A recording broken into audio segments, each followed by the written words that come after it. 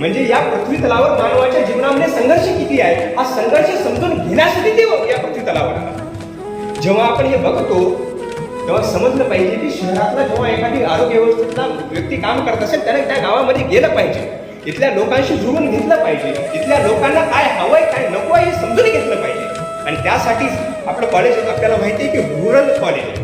आणि ह्या कॉलेजचं वैशिष्ट्य मला वाटतं हेच अभिमानास्पद गोष्ट आहे की आपलं कॉलेज ही गोष्ट अंगीकारत आले, बांधत आले आणि ती अवलंबत आले. ही सगळ्यात मोठी गोष्ट आहे. 500 वर्षापासूनच आपलं जे स्वप्न आहे रामराज्य राम मंदिराचं जे स्वप्न आहे हे आज आपलं पूर्ण झालेलं आहे. पण त्याच वेळी ज्या वेगानं आपण मंदिर बांधलं त्याच वेगानं हे रामराज्य इथं निर्माण व्हावं, रामराज्य इथं निर्माण होऊन ते रामराज्य इथं फुलावं अशी मी अपेक्षा व्यक्त करतो आणि थांबतो. जय हिंद, जय महाराष्ट्र.